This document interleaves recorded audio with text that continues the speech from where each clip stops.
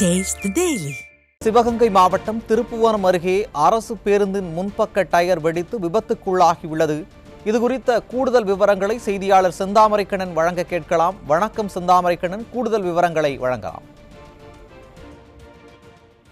வணக்கம் சுரேஷ்.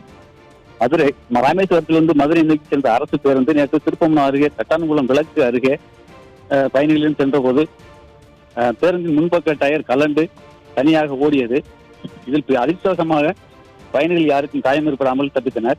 தமிழகம் முழுவதும் பல்லடைந்த பேருந்துகளை பராமரிப்பதாக கோடிக்கணக்கான ரூபாய் ஒதுக்கீடு செய்ததாக கூறப்படுகிறது. ஆனால் இந்த பல்லடைந்த பேருந்துகள் முழுவதும் தற்போது தமிழகத்தில் இயங்கி வருகிறது. அன்றாடம் பேருந்துகளில் பயணம் செய்யும் பெண்கள், கர்ப்பிணிகள், மாணவர்கள், முதியவர்கள், மாற்றுத்திறனாளிகள் மிகவும் அச்சத்துடனேயே அரசு பேருந்துகளில் பயணம் செய்து வருகின்றனர். தமிழக அரசு உடனடியாக பழைய பேருந்துகளை எல்லாம் அகற்றிவிட்டு புதிய பேருந்துகளை தமிழக மக்களின் பாதுகாப்பு கருதி புதிய பேருந்துகளை இயக்க வேண்டும் என்று பொதுமக்கள் கருதுகின்றனர்.